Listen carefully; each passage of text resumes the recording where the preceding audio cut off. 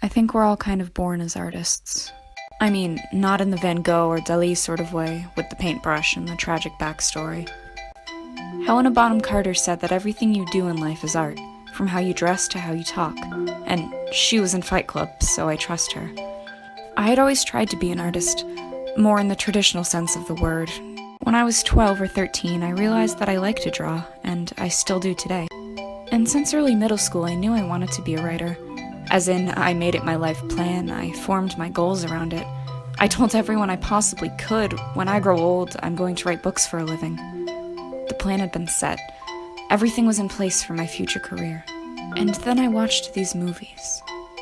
They were by this guy named Wes Anderson, and they were different. I had never really seen movies like this, movies that turned things completely upside down and gave the world a completely different spectrum. Then I watched this one called The Royal Tenenbaums, and as the movie ended, I sat in silence and I thought, for the very first time, I've just watched art. And now that I understood that this art could be made, I wanted to do it myself. So like that, I became a filmmaker. I'm in love with art, and it's something I want to do for the rest of my life.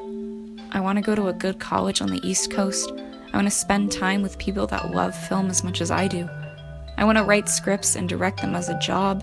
I want to see more women in my lifetime, maybe even myself, win an Oscar for directing.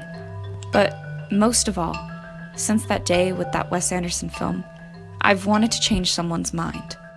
I want to give them a movie that will make them silently stop and know that they want to make art for the rest of the people out there like themselves.